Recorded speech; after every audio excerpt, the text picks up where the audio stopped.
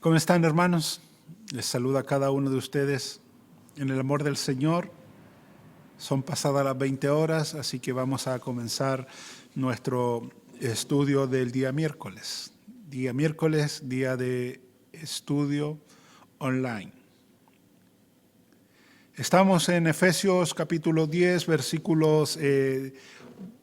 capítulo 6, versículos 10 al 18, donde se nos relata esta lucha espiritual, esta batalla espiritual, y donde también se nos relata, hermanos, la manera que tenemos nosotros de lidiar, de poder luchar esta batalla espiritual.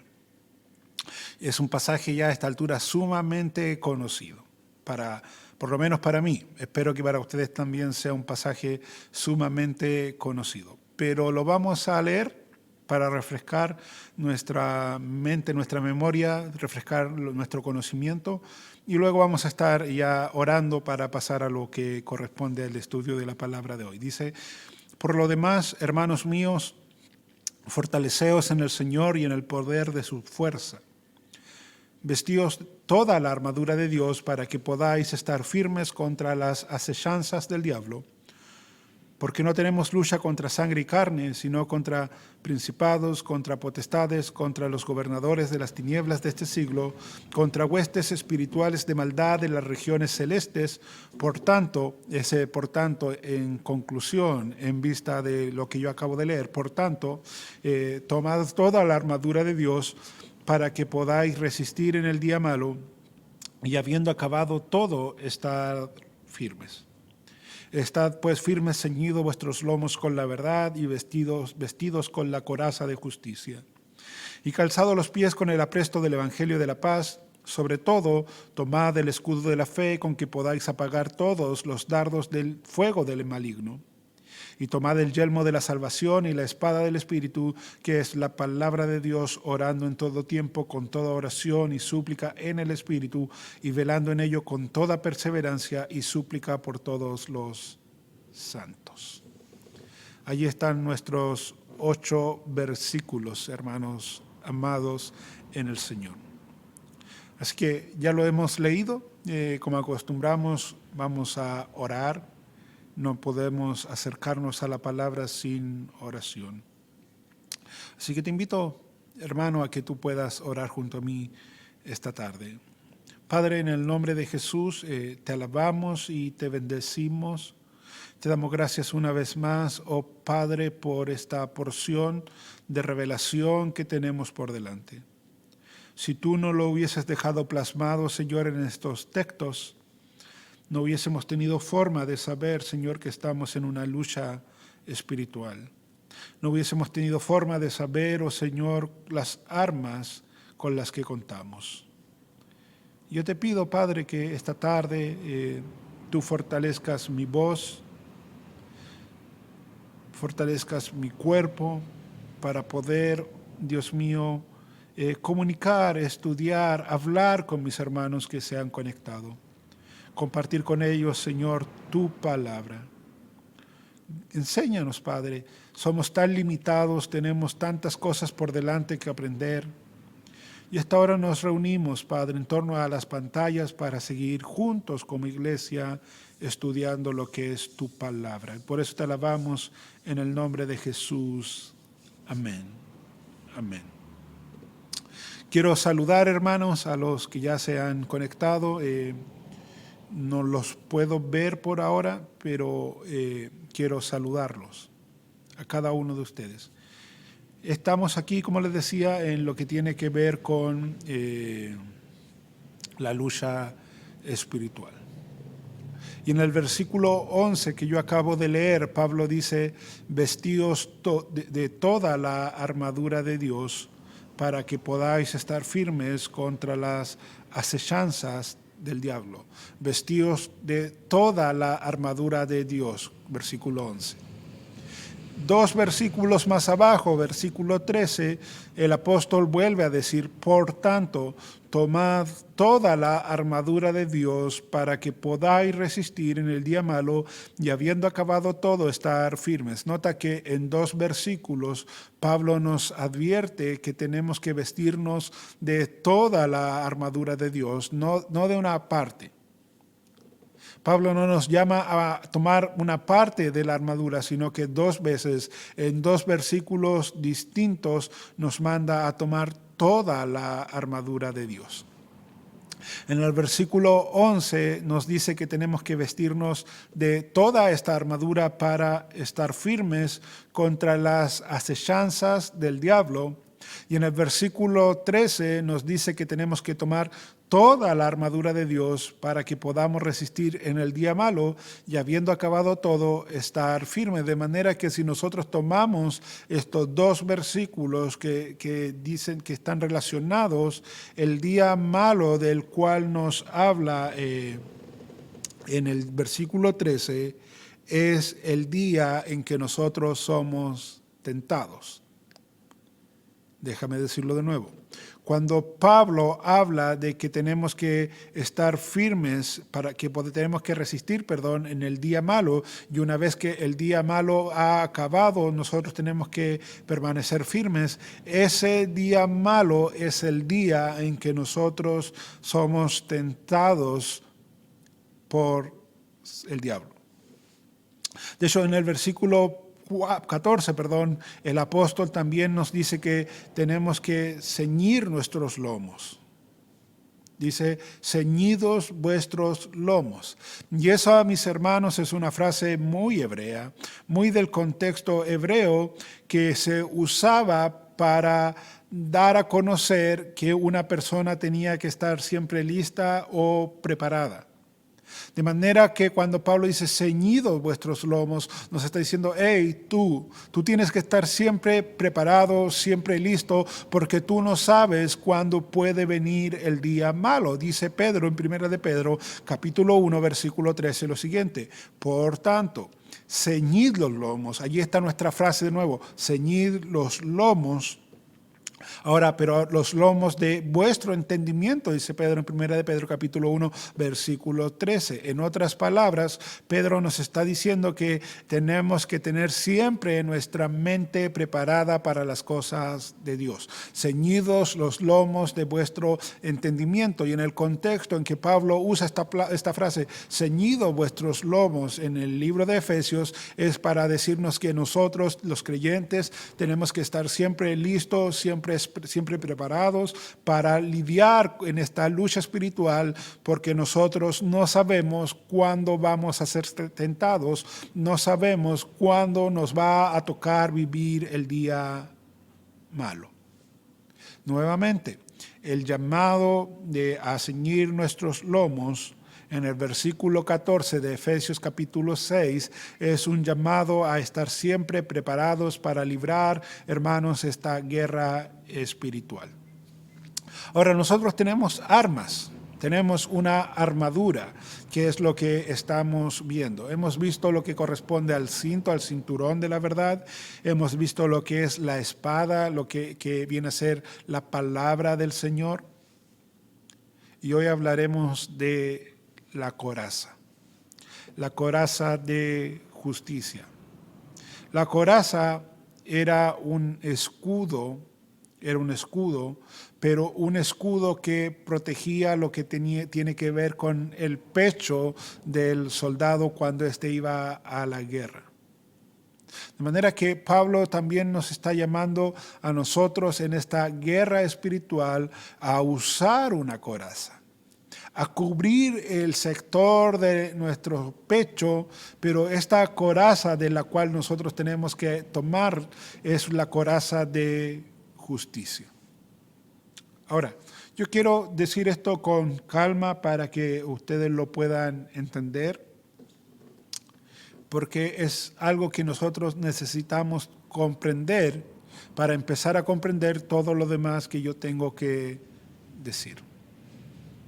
Cuando la palabra de Dios, cuando en la Biblia se usa la palabra justicia en relación a Dios, allí la palabra justicia representa la perfección moral de Dios. Pero cuando la palabra justicia en la Biblia es usada en relación a nosotros, los hombres, ya no se refiere a perfección moral, sino que se refiere a una rectitud moral. Nuevamente, con mucha calma lo quiero decir para que ustedes lo puedan entender. Cuando en la Biblia ustedes leen que la palabra justicia es atribuida a Dios, allí esa palabra tiene una connotación de perfección moral, porque nuestro Dios es un Dios perfecto. Pero cuando es usada en relación a los hombres, la palabra justicia ya no tiene la connotación de una perfección moral, porque nosotros no somos perfectos, pero tiene una connotación de rectitud moral.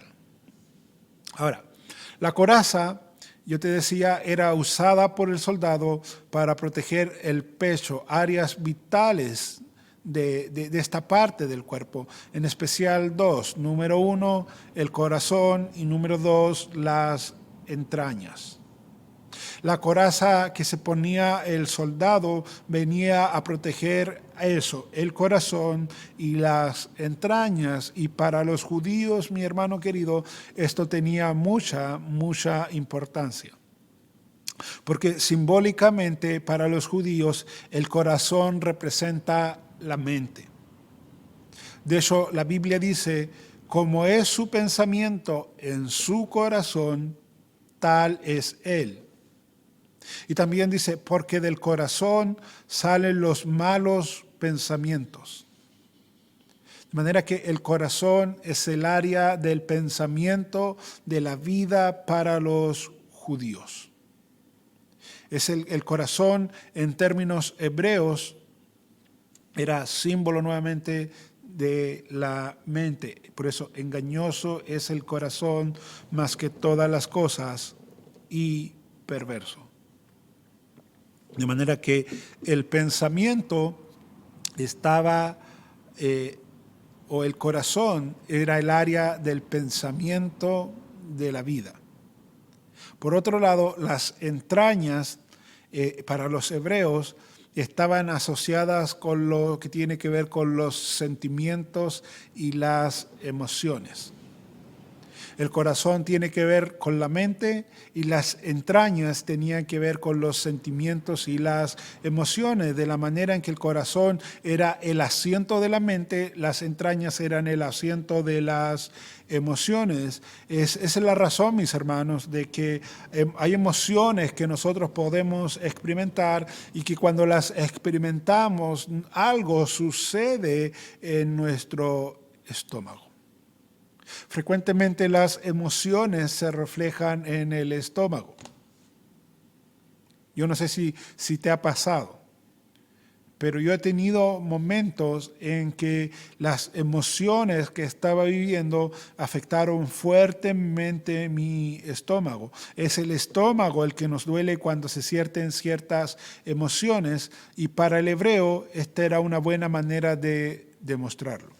El corazón significa entonces el proceso de pensamientos y las entrañas se refieren a las emociones. ¿Por qué todo esto? Porque tú tienes que recordar que la coraza precisamente venía a cubrir las áreas del corazón y las áreas de las entrañas, de manera que Pablo nos está diciendo que en esta guerra espiritual nosotros tenemos que cuidar nuestro pensamiento y tenemos que cuidar las emociones. Hermanos, una de las cosas que nosotros necesitamos entender es que Satanás frecuentemente quiere atacarnos a nosotros los creyentes en dos áreas primordiales. Una es en nuestros pensamientos y la otra es en nuestras emociones. Satanás nos quiere atacar en la manera en que nosotros pensamos y en la manera en que nosotros sentimos. Satanás viene con esas artimañas. Nos ataca en la manera en que nosotros pensamos y sentimos y en la manera en que nosotros respondemos emocionalmente. Ahora, si nosotros como creyentes queremos, hermanos, estar protegidos, porque esta es el área donde Satanás lleva a cabo su ataque, necesitamos usar la coraza de justicia. Satanás va a venir en el día malo, en el día de la tentación. Y él nos va a alimentar nuestros procesos de pensamientos con información falsa. Él va a alimentar nuestras emociones con información falsa. Él va a nublar nuestra mente con doctrina falsa. Él nos quiere confundir con mentiras de distinta índole. Él quiere apelar a las partes equivocadas de nuestras emociones. Él va a querer producir en nosotros respuestas emocionales malas, ilícitas, pecaminosas, porque en el fondo Satanás, cuando venga a atentarnos, a atacarnos, él va a querer pervertir todos nuestros deseos. Y esa es la razón, una vez más, mis hermanos, de por qué, insisto, nosotros tenemos que conocer lo que es la coraza de justicia, porque si nosotros aprendemos a proteger nuestros pensamientos y nuestros sentimientos, nosotros vamos a ganar mucho terreno en esta batalla espiritual. Él va a venir.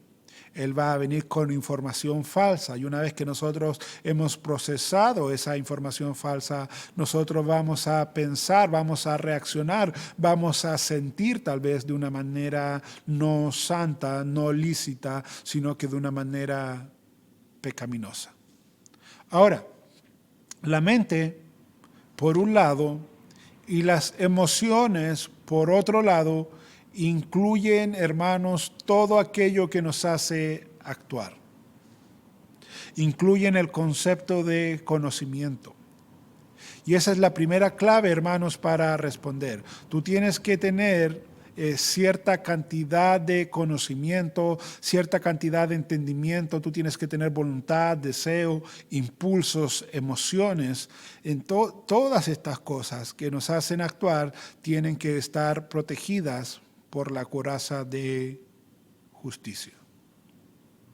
Porque cuando vamos al relato de la palabra, y que ya lo vimos cuando comenzamos cómo Satanás ha ido una y otra vez tras hombres, tras mujeres que Dios estaba usando, nosotros nos damos cuenta de que Satanás entra en la vida o viene a donde los creyentes y él hace algunas cosas que él quiere que nosotros hagamos.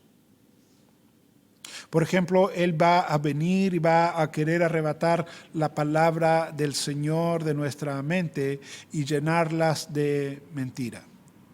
Él va a querer sacar la palabra de Dios del lugar que le corresponde en nuestra mente y llenarnos de perversión. Él va a querer llenar nuestra mente de basura, va a querer llenar nuestra mente de una moralidad que no es la moralidad de Dios. Él va a querer llenar nuestra mente incluso de teología, pero no una teología que no es la teología de Dios. Él va a querer llenar nuestra mente con todo tipo de mentiras y también con todo tipo de verdades, pero verdades a medias que en el fondo terminan siendo mentiras. Porque si hay algo, insisto, que Satanás va a atacar en tu vida y en mi vida, es precisamente la mente.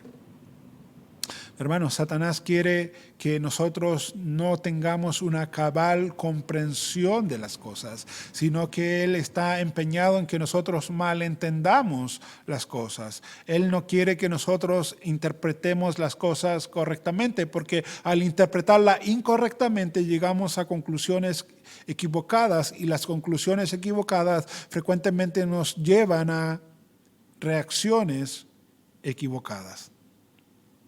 Él va a venir y nos va a atacar y nos va a comenzar a hacer razonar de una manera no bíblica. Él quiere que nosotros comencemos a relativizar el pecado en nuestra mente. Y entonces una vez que nosotros hemos relativizado el pecado, como que ya no le vemos la gravedad al pecado, lo comenzamos a practicar, comenzamos a ser tolerantes al pecado, el pecado nos mantiene entretenido y luego nos pasa factura. Satanás, hermanos, quiere que nosotros, como le acabo de decir, relativicemos el pecado, normalicemos el pecado para luego practicarlo, y al practicarlo el pecado nos va a terminar alejando de Dios. Y todo eso porque Él va a atacar nuestra mente. Dice el pastor MacArthur en uno de sus libros. Él, hablando de Satanás, hace que usted se ría del pecado en la televisión o en las películas. Él hace que usted lo escuche junto con armonía hermosa y música para que nuble y confunda su pensamiento claro en la mente. Y de ahí Él pasa a destruir su conciencia para hacerlo hacer cosas que usted no debe hacer, para cauterizar una conciencia que en el pasado lo llegó a advertir para que usted ya no se sienta culpable. Él quiere debilitar su voluntad, quiere quebrantar su voluntad. Él quiere confundir sus emociones al hacer que usted se sienta mal acerca de ciertas cosas. Él quiere corromper sus deseos. Él quiere hacerlo que usted busque cosas malas. Y todo este ataque viene por Satanás en esta área vital, y simplemente el apóstol Pablo dice que es protegido por la coraza de justicia. ¿Te das cuenta? De manera que es importantísimo que nosotros llevemos en esta lucha espiritual, llevemos puesta la coraza de justicia. Ahora, dicho todo eso, la pregunta que viene ahora es, ¿de qué justicia es la que Pablo está hablando? ¿De qué es lo que está realmente hablando Pablo? Ya sabemos que es una coraza, y es una coraza de justicia. La pregunta es, ¿de qué justicia es de lo que Pablo está hablando aquí en Efesios 10? Y hay tres posibles opciones. Una sería la justicia personal. La segunda opción sería la justicia imputada, y la tercera sería la justicia práctica, o la justicia que nosotros vamos practicando. O Pablo está hablando de nuestra propia justicia personal, o está hablando de la justicia de Cristo que se nos ha dado, que es lo que se conoce como justicia imputada, o nos está diciendo que tenemos que vivir la justicia de manera correcta. ¿De cuál justicia es la coraza que tenemos que ponernos? Hay tres opciones. Por un lado podría ser la justicia personal, por otro lado podría ser la justicia imputada, y en tercer lugar podría ser la justicia práctica. ¿De cuál de estas tres crees tú que Pablo nos está hablando? Yo quiero que veamos hoy, yo creo que esto es lo que vamos a alcanzar a ver en realidad hoy, la primera clase de justicia, o el primer concepto de justicia, que es nuestra justicia personal. Que adelanto, no es la justicia de la cual Pablo está hablando en la coraza de justicia, pero que yo quiero ver para que podamos entender por qué nuestra justicia personal no nos sirve en esta lucha espiritual. Yo no sé si tú has conocido personas que se consideren buenas a sí mismos. Tal vez tú eres una de las personas que se considera buena. Si yo te pudiera preguntar, fulano, fulana, ¿tú eres bueno, o tú eres una buena persona, o tú eres una mala persona? Yo creo que la mayoría de ustedes me diría, pastor, yo soy una buena persona, yo me considero una persona justa, yo me considero una persona que no hace el mal. Porque si a mí me preguntan eso, yo creo que también es algo que yo respondería. ¿Sabes? Las personas generalmente nos consideramos buenas. Pero ¿te has preguntado por qué? ¿Por qué nosotros nos consideramos generalmente como una persona buena? cuando la Biblia dice todo lo contrario? ¿O qué padre, si su hijo le pide pan, le dará una piedra? ¿O si le pide pescado, le dará una serpiente? Mas vosotros, si vosotros, siendo malos, dice Cristo, y subrayen eso en su Biblia, siendo malos, sabéis dar buenas dádivas a vuestros hijos, cuanto más vuestro Padre Celestial. Cuando Cristo nos ve y ven que nosotros podemos reaccionar de manera buena, por decirlo de alguna manera, con nuestros hijos, porque si nos piden pan, les vamos a dar pan, los vamos a alimentar. Cristo dice, aunque hagamos esa buena acción, ustedes siguen siendo malos, pues si vosotros siendo malos sabéis dar buenas cosas a los que lo piden, cuanto más vuestro Padre Celestial. ¿Te das cuenta? El testimonio de la Escritura no es muy favorable a nosotros. No hay quien haga lo bueno, no hay ni siquiera uno. Pero con todo eso nosotros tenemos un concepto de nosotros mismos de que somos buenas personas. ¿Por qué? ¿Qué es lo que Satanás en definitiva le hace a alguien? ¿Cuál es la meta final de Satanás con los individuos? ¿Dónde está empeñado Satanás? ¿Qué es lo que Satanás quiere hacer en la gente? Quiere hacerle creer a la gente.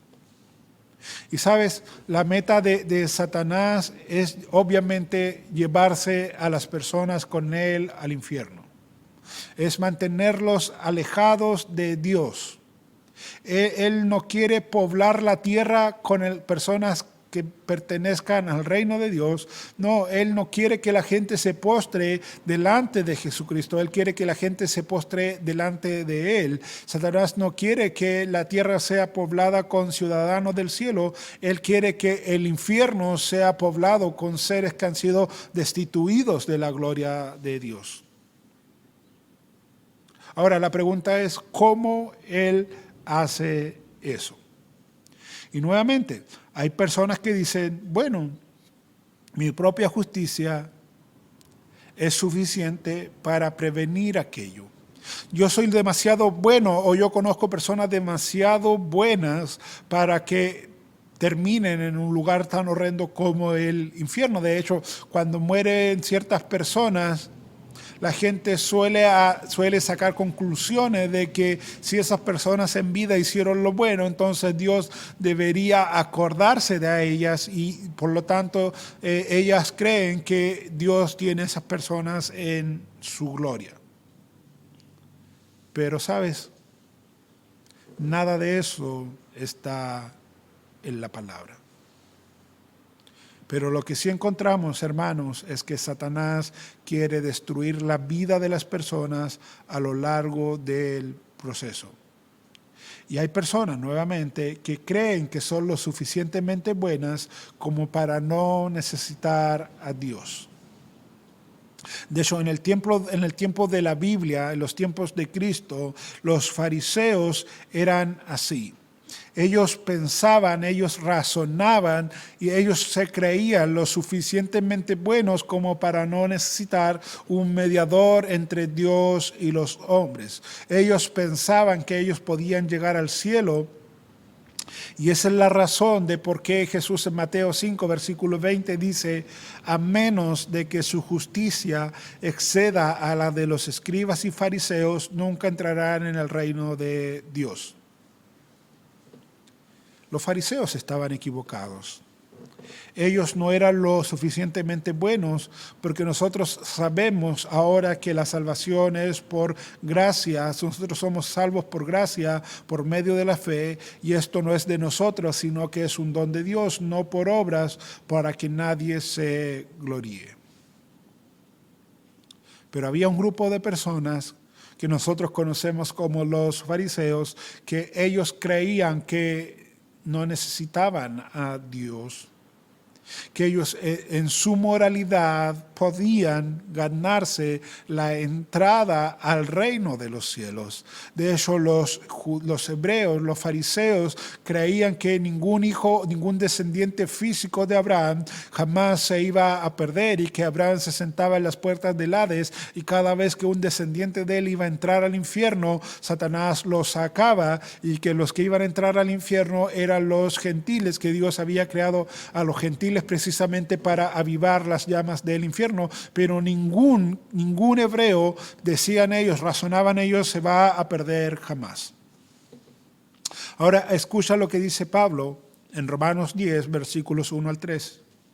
Hermanos, el deseo de mi corazón y mi oración a Dios por los israelitas es que alcancen la salvación. Pablo está orando aquí y nos está diciendo, hermanos, ¿saben qué? Hay un deseo en mi corazón que me mueve a la oración, un deseo y una oración a Dios, obviamente, por los israelitas. Y yo oro delante de Dios por este pueblo, por mi pueblo, para que ellos alcancen salvación.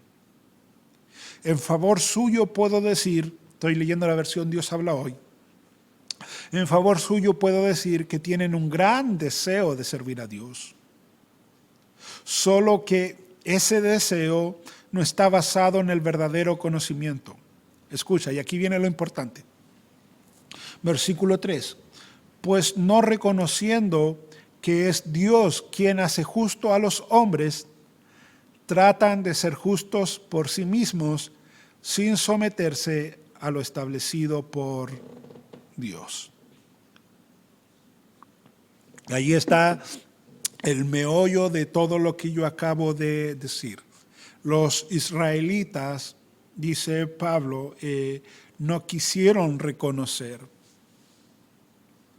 que no hay nadie injusto, no hay nadie bueno, no hay ni siquiera uno, y que es Dios el que hace justos a los hombres, sino que dice, ellos tratan de ser justos por sí mismos, y si como quieren ser justos por sí mismos, no se quieren someter a lo que Dios ya ha revelado, ya ha establecido. En otras palabras, ellos le dijeron, Señor, no necesitamos tu justicia, porque por nuestras propias obras, por nuestros propios méritos, por nuestras propias fuerzas, nosotros podemos lograrlo.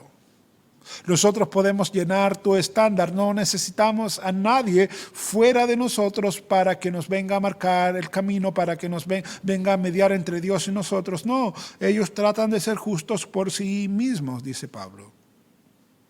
En Lucas 18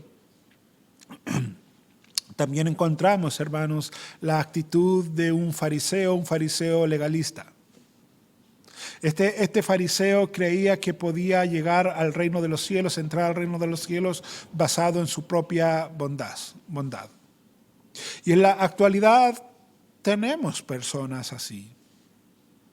De hecho, todo sistema religioso en el mundo, fuera del cristianismo, está basado en el hecho de que el hombre lo puede lograr, de que el hombre puede aportar, de que el hombre puede hacer algo para lograr salvar su alma. Están basados en que, tienen como premisa de que el hombre es lo suficientemente bueno o puede llegar a ser lo suficientemente bueno como para ganarse el favor de Dios. Ahora, volviendo al relato de Lucas 18, dice el versículo 10. 2 hombres subieron al templo a orar. Uno era fariseo y el otro era publicano. El fariseo, puesto en pie, oraba consigo mismo de esta manera: Dios, te doy gracias porque no soy como los otros hombres. Wow. Bueno, ¿y cómo son los otros hombres? Escucha. Te doy gracias porque no soy como los otros hombres, ladrones, injustos, adúlteros.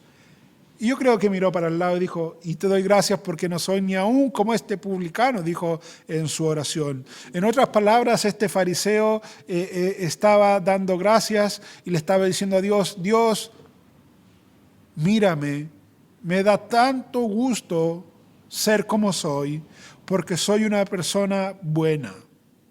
Estoy contento conmigo mismo. Todo lo he hecho por mí.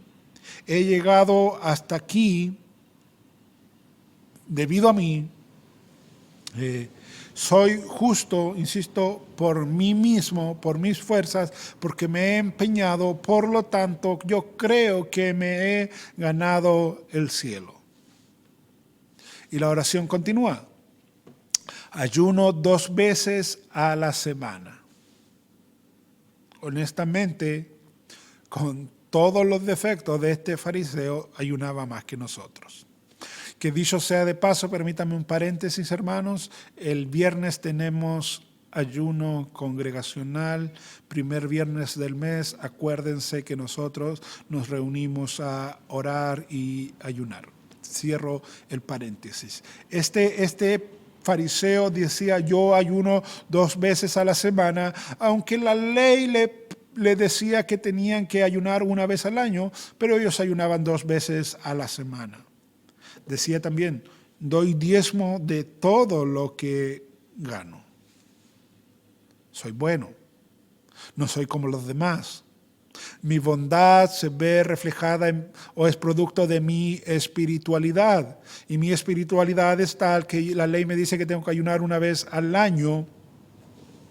Yo ayuno 2 veces a la semana. Y cuando tengo que mostrar mi caridad, lo hago de manera tal que doy diezmos de todo lo que gano. Así estaba orando este fariseo en el templo. Pero estaba la otra persona, el publicano. Mas el publicano, estando de lejos, no quería ni aun alzar los ojos al cielo, sino que se golpeaba el pecho diciendo, Dios, sé propicio a mi pecador. Este publicano, ni siquiera tuvo tiempo en su oración de centrarse en los demás hombres, ni siquiera se preocupó si los demás hombres eran adúlteros, ladrones, injustos, como lo hizo el fariseo, sino que este publicano se centró en él y en Dios, y ni siquiera quería alzar los ojos al cielo, y lo único que le dijo, Señor, y se golpeaba el pecho y le decía, Señor, Dios, sé propicio a mí, porque yo soy un pecador. Y Jesús termina y dice, os digo que el publicano, descendió a su casa justificado antes que el otro, porque cualquiera que se enaltece será humillado y el que se humilla será enaltecido. En otras palabras, mis hermanos, para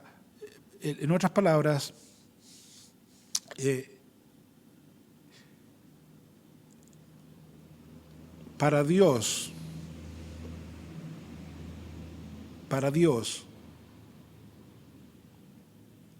no hay nadie realmente bueno. No hay nadie que cumpla sus estándares. El fariseo pensaba que él los podía llenar el estándar de Dios. Pero al final de la historia nos damos cuenta de que no fue así. En el texto, yo te pregunto, ¿quién fue el que realmente fue justificado, fue declarado justo? ¿El hombre que pensó que podía hacerlo por sí mismo o el hombre que sabía que no podía? Obviamente, el hombre que sabía que no podía. Es más, alguien dijo lo siguiente, usted podría llamar a esta historia, la que yo acabo de leer, un buen hombre que se fue al infierno y un mal hombre que fue al cielo. Wow. Un buen hombre que se fue al infierno, porque eso es lo que el fariseo pensaba que era un buen hombre, pero no se fue justificado, por lo tanto se fue al infierno. Y el otro que era un mal hombre que fue justificado por Dios, que se fue al cielo, porque mis hermanos, mientras nosotros creamos que podemos ser lo suficientemente buenos delante de Dios por nosotros mismos, nosotros vamos a estar anclados a nuestra justicia personal y eso no es la coraza que Dios quiere que nosotros usemos. Mientras estemos centrados en nuestra propia moralidad, nosotros nunca vamos a tener el poder suficiente para defendernos contra Satanás. Ahora, Satanás es un engañador por excelencia. Y Satanás le hace creer a las personas que ellos son lo suficiente o pueden ser lo suficientemente buenos para que, de acuerdo a la manera en que ellos vivan, Dios en cierta manera está obligado a abrirles las puertas de su reino de par en par. Pero sabes, dice Isaías capítulo 34, versículo 6, que todas nuestras justicias son como trapos de inmundicia. Wow. Yo creo que ese versículo de Isaías 34, versículo 6, es un golpe bajo a todo nuestro orgullo. Todas nuestras justicias son como trapos de inmundicia, es decir, lo mejor que nosotros le podemos ofrecer a Dios, Dios lo ve y lo ve como un trapo de inmundicia. Ahora, el trapo de inmundicia en el contexto hebreo era el paño que usaban las mujeres cuando andaban en su periodo y que luego que lo sacaban de manera escondida y tenían que deshacerse rápidamente de ello porque era un trapo sumamente inmundo. Isaías dice, ¿sabes qué? Cuando Dios nos ve nuestra justicia, ve nuestras buenas obras, lo ve y lo único que ve es una especie de trapo de inmundicia con el cual nadie quisiera tener contacto alguno. Lo mejor que nosotros podemos hacer delante de Dios es comparado a eso, como un trapo de inmundicia, porque nuestra moralidad no sirve para nada. Cuando llegamos a Romanos capítulo 3, versículo 10, leemos las siguientes palabras. No hay justo ni aún uno. ¿Escuchaste? No hay justo ni aún uno. Si Romanos capítulo 3, versículo 10 solo hubiera dicho no hay justo, alguien habría pensado, bueno, no hay justo excepto por mí. Tal vez yo hubiese pensado así. Tal vez tú hubieses pensado así. Bueno, la Biblia dice, no hay justo, pero en este tiempo sí hay personas justas. Yo soy un justo. Pero la Biblia dice, no hay justo ni aún uno. Ni siquiera tú, ni siquiera yo, ni siquiera uno. No hay quien entienda, no hay quien busque a Dios. Todos se desviaron, todos se hicieron inútiles. No hay quien haga lo bueno, no hay ni siquiera uno. Wow. ¿Te das cuenta? No hay justo ni aún uno. No hay quien entienda. No hay quien busque a Dios. Yo creo que estas son cositas, hermanos, que nosotros tenemos que empezar a subrayar en la palabra del Señor porque nos hacen, en definitiva, apreciar más la gracia de Cristo. Todos, así como no hay ningún justo, ni siquiera uno, ahora el texto nos dice que todos, sin excepción, se desviaron. Todos nos hicimos a una inútiles. No hay quien haga lo bueno, no hay ni siquiera uno. De hecho, la palabra inútil aquí, hermanos, significa agriarse como leche, de manera que la Biblia nos está diciendo, ¿sabe qué? Cuando Dios ve la humanidad, Dios la ve como nosotros veríamos una leche agria, una leche que se ha echado a perder, una leche que incluso nos da hasta cierta repugnancia y no la olemos y tiene un olor raro, la vemos y tiene una apariencia extraña, una leche que nosotros sabemos que para lo único que sirve es para ser botada, ser desechada. Eso es lo que la palabra dice cuando dice que todos nos hicimos a una inútiles. No hay justo, no hay ninguno bueno en todo. Y como el resultado final del versículo 19 dice, para que toda boca sea silenciada y el mundo entero, sin excepción, porque no hay justo ni siquiera uno, y el mundo entero sea culpable delante de Dios. ¡Wow! ¿Por qué, Pablo? ¿Por qué el mundo entero es culpable delante de Dios? Versículo 23. Por cuanto todos pecaron y estamos todos destituidos de la gloria de Dios. Todo esto, mis hermanos, porque yo quiero enfatizar de que nuestra justicia personal no es la coraza de justicia de la cual habla Efesios 6. Si nosotros tratamos en esta guerra espiritual de defendernos, de cubrirnos con nuestra propia justicia, que ya vimos que son como trapos de inmundicia, nosotros con toda certeza vamos a ser presa de Satanás. Y sabes, la mejor ilustración de todo esto la encontramos en el libro de Filipenses capítulo 3, versículo 4. Filipenses capítulo 3, versículo 4, de manera que si tú tienes tu Biblia allí, yo te invito a que tú la abras y puedas seguir ciertas cositas que yo voy a ir nombrando. Filipenses capítulo 3, versículo 4.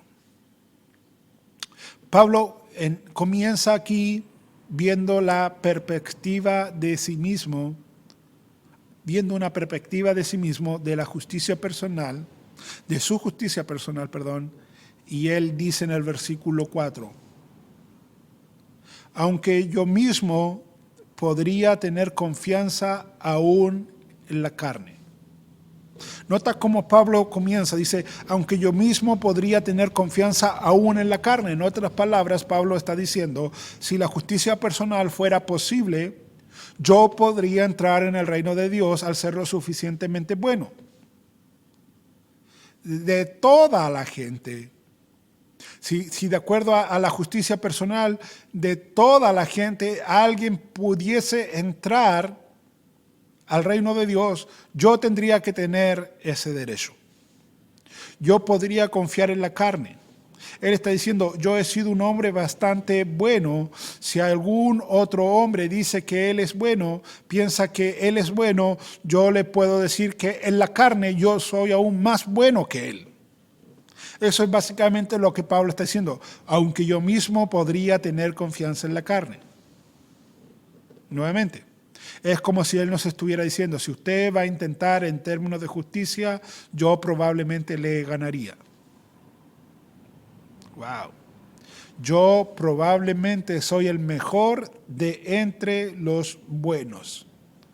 Pablo, pero ¿no será un poco arrogante de tu parte decir esto? Versículo 5, escucha lo que Pablo dice. Y aquí comienza a decir por qué, o a afirmar por qué dice lo que dice. Yo fui circuncidado al 8º día de la nación de Israel. En otras palabras, yo fui un israelita verdadero y hombre, inclusive a partir de la circuncisión, porque yo fui circuncidado en el día correcto, en el día 8º, como la ley manda. Muchos eran circuncidados posteriormente, pero la ley decía que tenía que ser al 8º día. Y Pablo dice, ¿sabe qué? Yo lo hice conforme a la ley. Yo soy de la tribu de Benjamín. Y si tú no estás muy familiarizado con el Antiguo Testamento, déjame decirte, hermano querido, que para los hebreos no había una tribu más judía que la tribu de Benjamín. Cuando tú estudias el Antiguo Testamento, tú vas viendo a lo largo de todo el Antiguo Testamento el plan de Dios y cómo Dios trata con su pueblo, pero trata de manera especial, sumamente especial, con una tribu en particular, la tribu de Benjamín. De hecho, según Génesis 35, nos dice que Benjamín no solo fue un hijo de Israel, sino que fue hijo de la esposa más amada de Israel, de Raquel. Y de esos dos hijos favoritos, que era Benjamín por un lado y José por otro lado, fue Benjamín únicamente quien junto a Judá formaron a la Israel reconstituida en Primera de Reyes capítulo 12. Fue Benjamín quien fue restaurado en Israel después de la cautividad, de acuerdo a Esdras 4, versículo 1. Fue Benjamín quien fue el agente primordial de Dios en la revelación de Israel en la época de Esther de la impiedad de Amán. Benjamín, mis hermanos, era una tribu sumamente especial. Por eso Pablo lo menciona y dice, es como si él estuviera diciendo, ¿sabes qué? Yo tengo un verdadero pedigrí, tengo una verdadera descendencia, yo soy hebreo de hebreos. Si usted jamás ha visto un judío, cómo luce un verdadero judío, yo soy uno de ellos. Yo soy un verdadero judío de pedigrí puro. Él dice también, en cuanto a la ley, yo soy un fariseo. No solo soy un hebreo y un hebreo real y descendiente de la tribu de Benjamín, sino que Pablo está diciendo, yo pertenezco a una de las sectas más legalistas, más estrictas, más religiosas en todo el sistema. Soy fariseo. Con respecto al celo, dice Pablo, nunca han conocido a un judío tan celoso como yo. Es más, yo era el que perseguía a la iglesia. Y si ustedes miran en cuanto a la justicia que es en la ley, yo soy una persona irreprensible. Wow.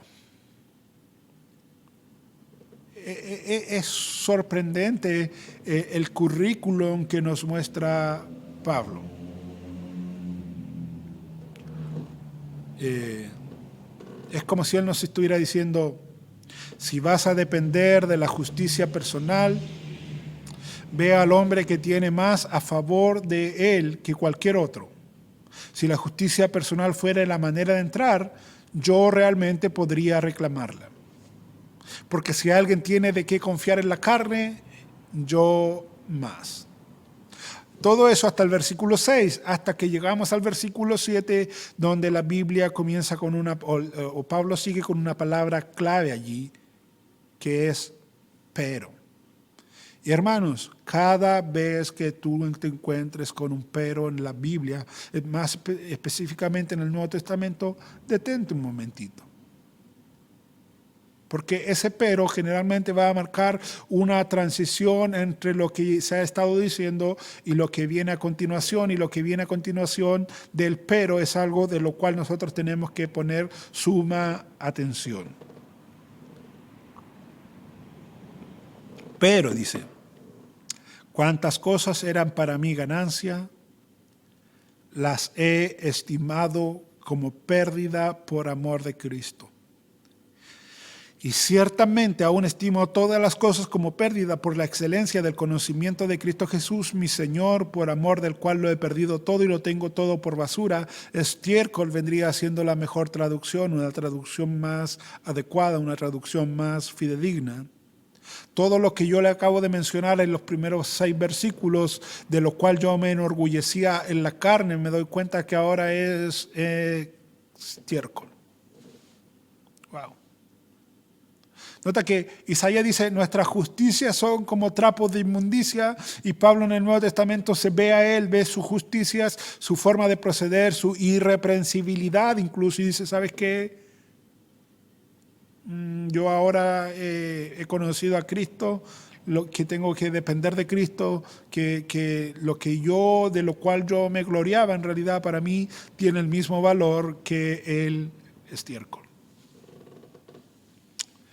Y ser hallado en él, no teniendo mi propia justicia, versículo 9, que es por la ley, sino la que es por la fe de Cristo, la justicia que es de Dios por la fe. En otras palabras, Pablo nos está diciendo, mi propia justicia es inútil. Yo debo tener la justicia de Dios, la cual es por la fe en Cristo. Tanto tiempo me esforcé, tanto tiempo yo puse por delante mi currículum Tanto tiempo yo viví creyendo que yo era el mejor de entre los demás, que yo merecía algo de parte del Señor. Tanto tiempo yo viví creyendo que mi celo era algo que me iba a abrir las puertas del cielo, las puertas del reino. Y ahora que aparece Cristo y me muestra el carácter de Dios, me muestra la justicia de Dios, me veo a mí mismo y me doy cuenta que mis justicias son como estiércol, y yo lo único que quiero ahora es ganar a Cristo. Yo lo único que quiero es ser hallado en Él, no teniendo mi propia justicia. Ya no la quiero, ya no la necesito, ahora la olfateo y es estiércol. Yo ahora quiero la que es por la fe de Cristo, la justicia que es de Dios por la fe. Hermanos, cuando tú vas a Cristo en arrepentimiento y fe, confiando que Él tiene poder para salvarte, confiando que Él tiene poder para rescatarte de la condenación eterna y abrirte de par en par las puertas del reino de Dios, cuando tú le dices, Señor, yo te pido que tú me perdones, yo confieso mis pecados delante de ti. ¿Sabes? Es como que si en cierta manera tú estuvieses estirando tu mano de la fe y te aferras de la mano de Dios mediante Jesucristo. Y en ese momento, la justicia de Cristo, te es imputada. En ese momento, cuando tú, insisto, vas a Cristo en arrepentimiento y fe, te vuelves a Él, lo confiesas con tu boca, crees en tu corazón, Dios te viste de la justicia de Cristo. Por decirlo de alguna manera, Dios te coloca una vestimenta absoluta de santidad, pero una vestimenta que es la misma vestimenta que lucía Cristo. Y de ahí en adelante, hasta la eternidad, cada vez que Dios te ve, Él ve la justicia de Cristo en tu vida. Es por eso que dice 2 Corintios capítulo 5, versículo 21 lo siguiente: al que no conoció pecado, ese es Cristo. Cristo nunca conoció pecado, Cristo nunca pecó. Al que no conoció pecado, por nosotros lo hizo pecado, para que fuésemos hechos la justicia de Dios en Él. Al que nunca conoció pecado, Dios lo trató como pecador para que nosotros que no conocíamos la santidad seamos revestidos con la santidad, con la justicia de Cristo, y podamos hoy entrar confiadamente ante el trono de la gracia. Y que cuando Dios nos ve acercarnos al trono de la gracia, Él no ve ya más trapos de inmundicia en nosotros. Él ve trapos linos, ve un velo de santidad, un velo que Cristo puso en nosotros para precisamente poder acercarnos a Dios Padre. Eso es lo que a los teólogos le llaman la justicia imputada, algo que no nos pertenecía, pero que ahora se nos ha imputado. Y es en ese momento también, mis hermanos, que nosotros comenzamos a entender lo que Pablo entendió. Nuestras propias justicias, nuestras propias obras carecen de valor, son completamente inútiles, al punto que Pablo dice, yo lo tengo por estiércol. Pero hay algo más. La justicia, o aún la justicia de Dios concedida, imputada a nosotros en la salvación, es únicamente la base de nuestra coraza.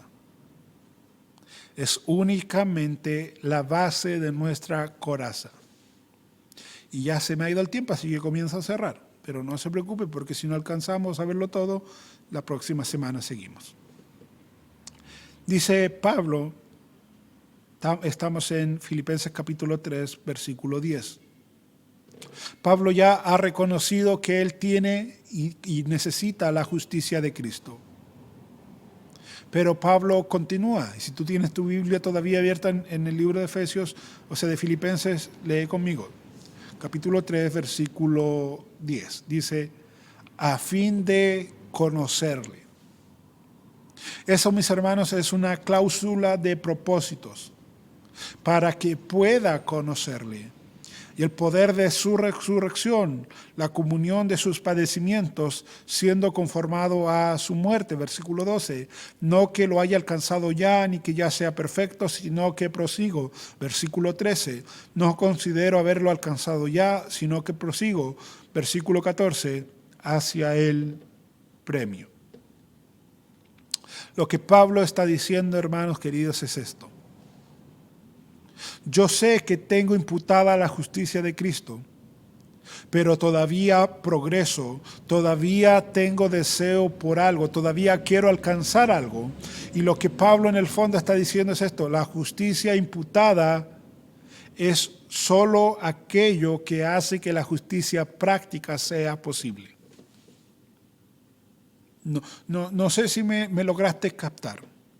La justicia de Dios en los hijos de Dios ya está imputada. Tenemos una justicia imputada, la justicia de Cristo. Pablo lo sabía, pero Pablo dice que no que lo haya alcanzado ya ni que ya sea perfecto, sino que prosigo. No considero haberlo alcanzado ya, sino que prosigo. Versículo 14, prosigo hacia el premio. Y todo esto porque la justicia imputada es solo aquello que hace que la justicia práctica sea posible. Hermanos, escúchenme esto.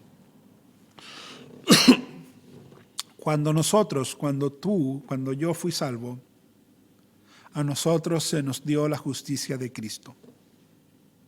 Y como yo te acabo de decir, esa justicia de Cristo nos va a cubrir por toda la eternidad. Pero para que nosotros vivamos un tipo de vida que nos permita ganar la batalla contra Satanás, nosotros debemos aplicar principios justos disponibles para nosotros en esta justicia al asunto de nuestra vida diaria. Y tal vez alguien diga: pastor, no le entendí. Pero no se preocupe. Voy a decir lo mismo, pero con palabras más simples. Nosotros, ahora que Cristo nos ha imputado su justicia, que nos ha hecho justos delante del Padre, nosotros acá en este lado de la gloria, porque en el otro lado de la gloria donde está Dios Padre y Él nos ve con una justicia imputada, pero acá en este lado de la gloria nosotros necesitamos imperiosamente vivir de manera concordante con la justicia de Cristo que se nos ha imputado. Esa es la coraza de justicia. Tenemos que ser acá, por decirlo de alguna manera, el reflejo de lo que somos allá. En la presencia del Padre tenemos una justicia eterna imputada. Pero acá tenemos que vivir de manera concordante con la justicia que poseemos allá. Hay una diferencia, mis hermanos, entre posición y práctica. Nuestra posición delante de Dios está segura para siempre, pero nuestra práctica de justicia no siempre ha estado al nivel o en concordancia con la justicia imputada. Y ese es el meollo del asunto de lo que Pablo está diciendo. Pablo está diciendo que él está seguro de que Dios le ha dado una justicia, la justicia de Dios, que es por fe en Cristo Jesús. Pero eso no significa que él haya llegado al nivel y no es que él ya lo haya logrado todo, sino que, como él dice en el capítulo 2, también él debe ocuparse de la salvación para que pueda hacer lo que Dios quiera hacer en mi vida. Tenemos una justicia imputada. En buen chileno y poco teológico, y nuestro poco teológico lenguaje, nosotros diríamos: somos salvos, pero no podemos dormirnos en los laureles. No, yo ya soy justo porque tengo una justicia de Dios imputada y ahora yo me relajo. No, porque en este lado de la gloria estamos en una batalla espiritual y si bien es cierto tenemos una justicia imputada, para ganar la batalla, la coraza de justicia implica que yo tengo que vivir de manera concordante con un hijo de Dios. Es cuando eso ocurre que la coraza está puesta en nuestras vidas, cuando nosotros vivimos de una manera justa, de una manera santa. Es en ese momento que los ataques de Satanás no nos van a poder dañar. Romanos 3 dice que ninguno es justo, eso ya lo vimos. Pero en el versículo 22 dice, pero la justicia de Cristo nos es dada. Es lo que los antiguos puritanos le llamaban justicia impartida. Y nosotros tenemos que usarla y tenemos que vivirla. Hermanos, necesitamos en esta guerra espiritual usar la palabra, que es la espada, tener el cinto de la verdad. Tenemos que ser veraces, pero no podemos olvidar vivir una vida concordante con eso. Vivir una vida justa, una vida santa, es cuestión de decisiones diarias. Es algo que se vive momento a momento. La justicia práctica se viste de la armadura. Es como si Pablo nos está diciendo, ¿sabe qué? Eso es lo que yo quiero. En Filipenses 3:10 es como si nos estuviera diciendo, quiero ver eso, quiero alcanzar eso, quiero alcanzar ese premio. Y el premio es la semejanza a Cristo. Quiero que la justicia práctica esté al mismo nivel de mi justicia posicional. Eso es lo que Pablo dice. Yo me esfuerzo, yo prosigo al planeta, yo prosigo al premio, yo lo quiero.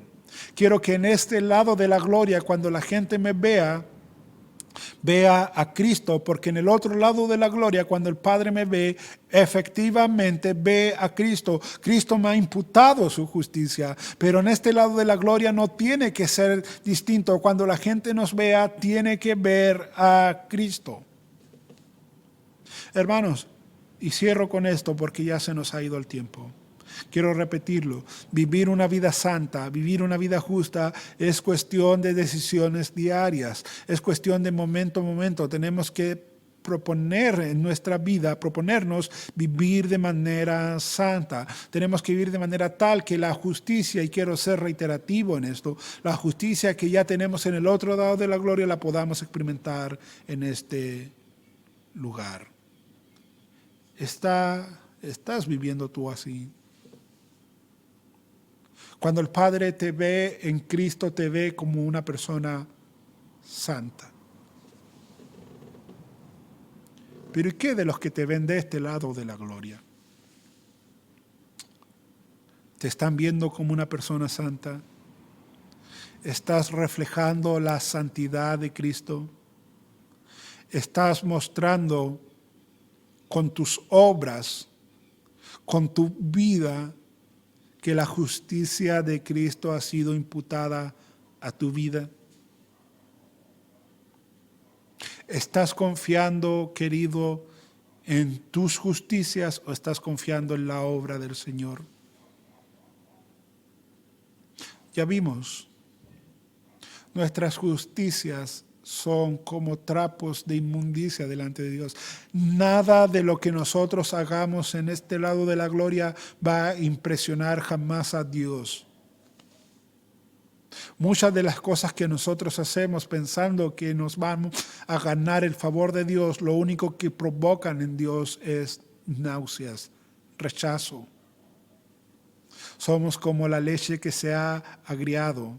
Somos como trapos de inmundicia. Necesitamos urgentemente que alguien interceda. Y gracias a Dios, Cristo vino a morir por ti, vino a morir por mí. Él vivió una vida que nosotros no podemos vivir. Él agradó al Padre de una manera que nosotros no le podemos agradar. Él vivió en una obediencia que nosotros no podemos obedecer. Él fue a la cruz, Él fue muerto, pero también fue resucitado, y dice la palabra que fue cuando Dios lo resucitó porque aceptó el sacrificio, la forma en que Él vivió para nuestra justificación.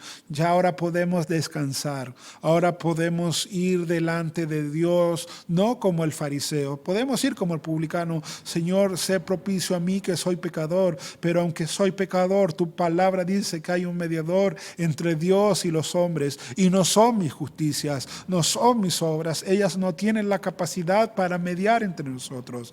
El único que puede mediar entre Dios y los hombres es Jesucristo, hombre. Gloria al Señor. Gloria al Señor. Y una vez que tú has sido revestido con la justicia de Cristo, la justicia te ha sido imputada, eso es algo que vas a tener por la eternidad. El Padre ya no te ve, ya no me ve a mí, ve a Cristo en mí. Pero ahora yo necesito que los demás, los que están alrededor mío, vean y perciban que yo he sido salvado y que la justicia de Cristo me ha sido imputada. Esa es la coraza de justicia. Vivir una vida santa, una vida que tiene control de sus emociones, una vida que tiene control de sus reacciones, una vida que glorifica al Señor en todo, en todo. Así que el Señor te bendiga, que el Señor te bendiga, hermanos. Vamos a orar, ya se nos fue la hora, pero creo que ha sido de bendición. Yo fui sumamente bendecido en la medida que preparaba esto. Espero que te haya sido también de bendición a ti. Padre, en el nombre de Jesús oramos con gratitud, dándote gracias, oh Señor, porque reconocemos nuestra miseria, nuestra pobreza espiritual. No tenemos nada que hacer, no podemos hacer nada para impresionarte, no podemos hacer nada para ganarnos tu favor, no podemos hacer nada que, Señor, te obligue en cierta manera a abrirnos las puertas del reino de los cielos. Porque nuestras obras, aun cuando nos esforcemos, aun cuando hagamos en la carne lo máximo que podamos hacer, tendríamos que llegar a la conclusión que llegó Pablo y decir: mis buenas obras son estiércol delante de ti, mis justicias son como trapos de inmundicia. Pero hasta ahora reconocemos al que tiene que ser reconocido, exaltamos al que tiene que ser exaltado, glorificamos al que tiene que ser glorificado, que es Cristo Jesús. Porque Él no conoció pecado, pero por nosotros fue hecho pecado, para que nosotros seamos hechos justicia de Dios en Él. Y ahora tú nos ves, y nos ves con un nuevo ropaje, con una nueva vestimenta.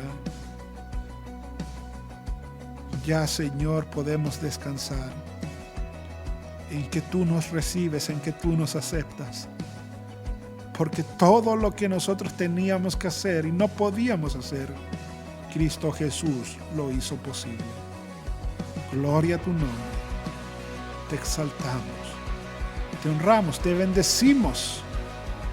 Y te damos gracias por este tiempo. Bendice tu iglesia, oh Señor. Oramos con gratitud en el nombre de Jesús. Amén y amén. Dios les bendiga, hermanos. Nos vemos el próximo miércoles para los que nos acompañan en los estudios online, y a los miembros de las iglesias, de la iglesia. Recuerden que el viernes tenemos día de ayuno y oración. El Señor les bendiga a cada uno de ustedes.